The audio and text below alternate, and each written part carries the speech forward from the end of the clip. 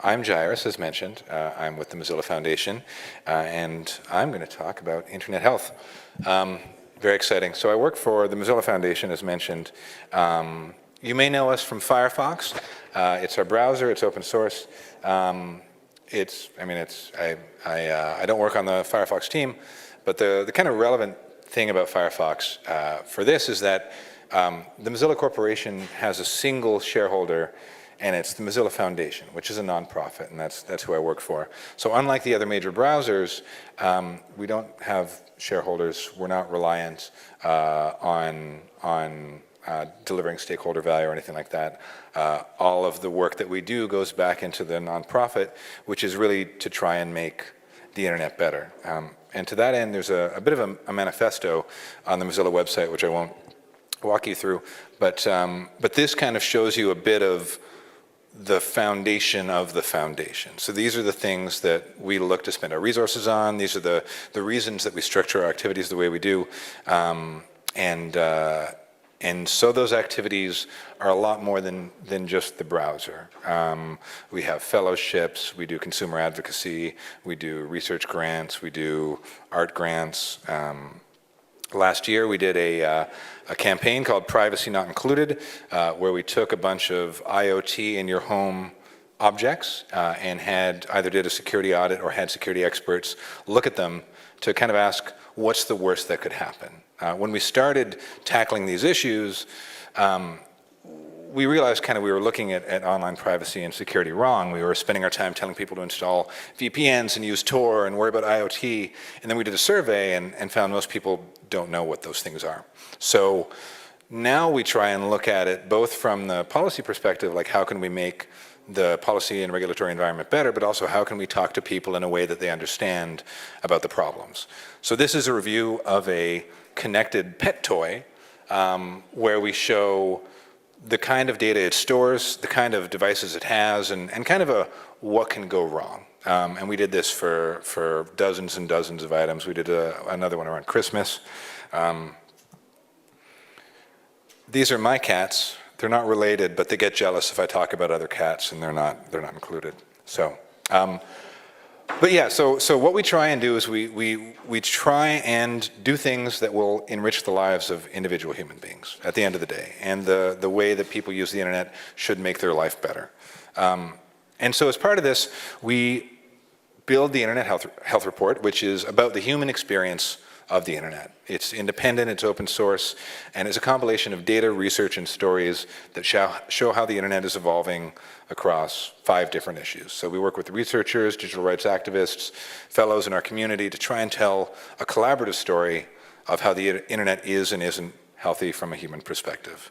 And if I'm rushing through this, it's because we're running fast on time, but catch me after and I'll slow down. So we worked with over 200 experts to develop this. And what we're seeing overall is that while the consequences of getting things wrong with the internet could be huge for peace and security, for political individual freedoms, the problems are never so big that nothing can be done. Because there are more people than you can imagine, working to make the internet better and healthier and applying their skills and creativity and bravery to issues of business, to tech, to activism, policy, regulation, education, everything. The report is not a country-level index. It's not a doomsday clock. Part of the trouble in explaining how to make the internet healthier for people is that a lot of it is unseen. Internet users, we don't think a lot about fiber optic cables under the seas or the men and women who assemble electronic devices. A lot of us don't know how our favorite companies profit or the influence they have on the way we relate to each other. So the report is wide-ranging in that we try and cover a lot of different things, but it isn't 2 minutes to midnight. This is from last year's report, and this is the top 50 passwords among 10 million leaked logins. And this is from a report by WP Engine, and based on the frequency, 16 out of 1,000 passwords could be guessed just by using the top 10. So sometimes we show kind of security data like this, but largely we try and look at it kind of holistically, right? The internet as an ecosystem. In the same way that the environmental movement kind of had to grapple with the fact that, that you can't talk about individual parts of the earth without realizing that the earth is a system. And that's a thing we can all rally around. We are looking at the same way. So if we're completely honest about our ecosystem, a lot of us would prefer not to know how healthy or unhealthy it is, because it would mean that we'd have to change a lot of the way we do things. Maybe we'd have to change our email. Maybe we'd have to stop using social networks that we use to stay in touch with friends or family. But we're making choices all the time about what software to use and what risks to take. And the idea is, through this report, we can help inform people both about those choices that they're making, and the people who are doing work in the field, we can give them a bit of a boost and signal boost and resources they can use to do the work. So the internet covers 5 internet health areas: privacy and security, openness, digital inclusion, web literacy, and decentralization. And I'll cover each of these briefly in detail. But we also have 3 spotlight stories that we thought were of particular importance this year around. The first is about AI. It's about the growing need for societies and economies to kind of reckon with the growing ability of machines to learn and make decisions, and making sure, how do we make sure AI prioritizes human needs above others, above profit needs or above efficiency needs. The second story is about the power of cities. And this isn't a smart city story. This is about the untapped power of city governments and civil society to work together to make the internet better for people worldwide. So New York, as an example, we did a local New York Internet Health Report because they were negotiating with Amazon for a number of services that they were buying from Amazon, and they were able to say to Amazon, look, we don't like the way that you do it this way. If you change things, we'll work with you. And Amazon made those changes, and now all the cities who work with Amazon reap the benefits of it. So the power of cities in a kind of collective bargaining and negotiation point of view. And the third spotlight story is about digital ads and rethinking digital ads. Targeted advertising and personal data collection are at the heart of what's wrong with a lot of the internet. So we look at kind of what are the efforts being made to make things right. So those are the 3 spotlights. Of the 5 categories, the first is privacy and security. So kind of the question here is it safe? Can we trust in the systems that are online to protect us? So some of the stories that we look at are data privacy, digital ads, anonymity. But voice recognition technology is lowering barriers to the internet. City planners have access to more data. All of these things that are happening have security implications. And so we're trying to look at what that exposure looks like, whether that exposure is coming along with a commensurate increase of awareness of what our growing vulnerabilities and attack surfaces are. This is 1 day of WannaCry ransom payments. Because you can look at Bitcoin transactions, we can look at all of the transactions that went to the ransom Bitcoin address in a day, and we don't know who's making the payments or who's receiving them, but we can see the trail of money paid. How much money would you pay to get access to your computer files? And the answer for a lot of people is a lot. In the article about this, we interview the victim of a ransomware payment and a ransomware attack, and he said, my first reaction was panic. My second reaction was to get on another computer and figure out exactly how much 2 Bitcoin was worth in US dollars. And because it didn't matter how much it was worth, he needed his data. And so in a lot of these cases, we talk about the larger industry effects, like shipping ports being shut down. But there's also individual people who are struck and attacked, and in some cases have devastating impacts from things like this that we try and focus on. So that's first, privacy and security, and the next category is openness. And so how open is it? Openness is one of the foundational pillars of the internet, and when it was made, that openness was highly radical. It was extremely transparent, and it's radical today and just as threatened today as ever. If you go back and you read some of the founding documents of the internet or of internet culture, things like J.P. Barlow's Declaration of the Independence of Cyberspace, a lot of it seems very, very optimistic and very kind of idealistic. But the reality is now corporations and governments mitigate a lot of our relationships with the internet. So what does it mean to have an open internet? Can we do things like permissionless innovation? What does hate speech look like? What does harassment look like? And how does that impact what an open internet looks like? In Germany, we're a year out from implementation of a law to reduce hate speech online that people were really worried about. And so far, it's neither particularly effective at solving things, nor as restrictive as a lot of people feared. And so we try and look at what are the key points in openness. So this is actress Daisy Ridley. You may recognize her from Star Wars. Except on the left, that's not actually Daisy Ridley. That is what's known as a deep fake, where someone took her face and put it on the video of another actress. And if this video were to continue playing, it would be a pornographic film.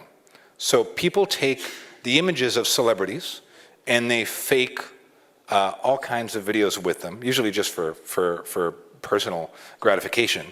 But we're moving into an area where it's going to be harder and harder and harder to trust what we see. And it's especially pressing to educate people working with vulnerable groups and whose work could be negatively affected by deepfake technology, like journalists, human rights advocates, to grapple with it. Because we're in a bad spot. When these videos become more mainstream, people will lose trust in what they say. If a journalist has a video of a politician accepting a bribe, just a deep fake. The negative impact for people doing work who can come under pressure from deepfakes also is huge. Will women journalists or politicians feel comfortable speaking their minds if they know that someone can just release a fake sex tape or a fake extortion tape if they say something controversial? So what do online communities look like when entire demographics don't feel safe to talk? An earlier presentation touched on the same topic as this, but none of these people actually exist. These are all AI-generated people. And if you go to thispersondoesnotexist.com, you will get an AI-generated person. If you hit refresh, you will get another auto-generated person over and over and over. So all of these people are just people I took my browser to, and they were generated. And they're pretty good, right? So with the combination of deepfakes that we looked at earlier, the technology behind something like this, the trust level we have for what we see online is not likely to increase over the next few years. How can you connect with people if you're not sure they exist? And if you look at things like the disinformation campaigns around the 2016 election, there were communities upon communities upon communities of people that were set up by other people that did not exist to build events that were kind of created out of thin air. And this is what's coming, right? It's going to become easier. It's going to become more trivial to make. I would guess within a year or two, you'll be able to make deepfakes on your phone with a phone app where you just, choose a video and choose an image, and that's something we're going to have to reckon with. On the other hand of openness, you've got things like social media taxes, internet taxes. There was a particular social media tax in Uganda, which was implemented in July 2018, which was a daily tax of 200 shillings, which is about 50 cents American, to use apps like Facebook, Twitter, Instagram, WhatsApp. After the tax had been in effect for 6 months, the Uganda Communications Commission reported that the national internet usage rates had dropped from 47% to 35%. So these are real things with real impacts. The next category that we kind of look at is digital inclusion. So this is who is welcome? What does it look like when you're online? So things like the Google walkout, how does that impact things? The Amazon demands that Amazon employees were making, how does that impact things? And while mainstream focus on this is often in Silicon Valley, serious harms are happening elsewhere. Factory workers in China, Malaysia, Brazil, other countries are making our phones, our watches, and hardware in conditions that we're not often aware of for pay that is often below what they're expecting. And over 2/3 of female journalists have said that they've been harassed online. So when people get online, it's not enough just to be online. What does that online environment look like for people? And who is online too? So this chart is, if there were 100 people in the world, who would be online? And this is kind of the breakdown of this, because global averages, half the people are online, that's great. But it hides that some world regions have connected more than others. Europe reached 50% access over 10 years before the rest of the world, and they're at 80%. But in Africa, it's 24%. And to really understand the weight of this, consider that more than 80% of the world's population lives in what people call developing countries. So if there were only 100 people living in the world, almost 55, 56 of them would be living in Asia Pacific. And only 26 of those would have internet access. In Africa, you'd have 13 people, of which less than 4 would be online. So that's the reality of half the world is online. It's true, but it's not evenly distributed. And using data from an MLab, which is an open source platform, the Alliance for Affordable Internet report showed that Africa not only has the least affordable internet access in the world, it's also the slowest in the world. The median download speed in Africa was found to be less than 1/7 of that in Europe. So the internet is here, but it is not equally distributed in any way. I'm going to speed through some of this. The next category is web literacy, and this is kind of what do you need to succeed online. We did a partnership with the Bill and Melinda Gates Foundation to do an observatory in Kenya, where it was a study with like blind control groups, where we took a number of cell phones and devices and gave them to people and studied how many skills does someone need to go from not online to online to be able to use it safely, effectively, and in a way that makes their life better. And the answer is 53. It's a huge amount of skills. You need to know that what a password is. You need to know that your phone password is different than your email password. And that's different from your Google password, which is different from your banking password. And some of the passwords talk to each other and some don't. And we take a lot of this for granted because we know how phones work, and a lot of us have been using them for years. But a lot of this stuff is not intuitive at all. And when you give it to someone who has not had access to technology, it is very complicated and problematic. Some of the issues that we look at are how the internet can be used to distribute important work. So Amnesty International created a community called the Decoders, which was a community of over 50,000 online volunteers from more than 150 countries who donated their time and skills to support human rights research. So they broke their projects into microtasks, kind of like the Digital Turk, so that anyone with an internet connection can be part of these larger human rights tasks. And the last category is decentralization, so who controls it? The digital world is dominated by 8 American and Chinese companies, and they control basically everything. Their companies and their subsidiaries have oversized control over the internet. They dominate the layers of the digital world, and it's a front-to-back domination in a lot of places as they increasingly control the pipes as well as the software. Google was hit with a $5 billion fine from the European Union last year, but that's pocket change to an organization like Google. And while GDPR looks like it might have some teeth when it comes into effect, right now there aren't really effective controls on these companies. One of the things we looked at is that these companies have so many different products, services, and investments that it's not always clear how these companies make their money. So we looked at these 8 companies, we broke them up into 4 categories. And one of them here is the attention merchants, and these are the ad companies. In 2018, Google and Facebook controlled 84% of the global digital ad market outside China. That is such a massive number. Google's parent company, Alphabet, earns 85% of the revenue from digital ads. And while Baidu owns the top search engine in China, 70% of the market share, Facebook has over 2 billion monthly users and more than 98.5% of their revenues, $55 billion US, is from ads. They're not a social media company, they're an advertising company. They're a company whose job it is to figure out how to get people on the social media sites to click on their ads. And looking at these numbers, it's a lot easier to imagine, okay, well, what are the motivations of the people making the decisions, and what are they going to prioritize? But it's not about Baidu or Google or any one company. It's about the ecosystem that overall we're dealing with. And so it brings us back to the larger question, how healthy is the internet? And the answer is, it's complicated. There are some places where things are getting better. Access and affordability, there are clear lines that are trending upwards. But in some areas like censorship, online harassment, trust, things are getting much worse.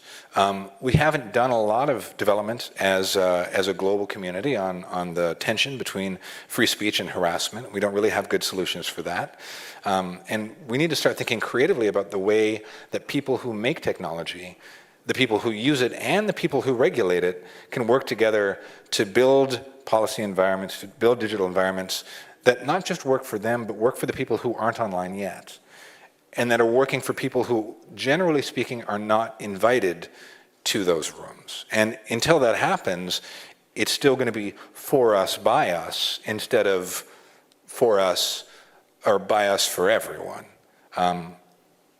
We feel like we can make the internet better. The internet is made by people, it's for people, it impacts people, and we can make it better and build better communities on it. At the end of the day, so much of what we struggle with online are issues of trust. Trust in institutions, relationships, media, government, videos, people. But we can and should embrace the notion that it is possible to make the internet better. It's not a force of nature. It's a tool. It has governments on it. It has corporations on it. It has humans on it. And it belongs to all of us. And the way that we treat each other on it today and the way that we approach these issues today will define what the future looks like for tomorrow, for us, and for everyone else. Thank you.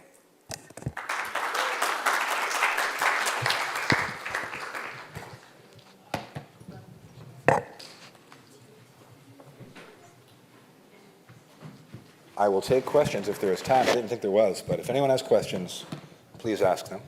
We have a mic, I think, over there. Oh, yeah. Can you just go back to the last slide? I can't control it from here, but if someone can turn the slides back on the TV at the control booth. I'm afraid I can't.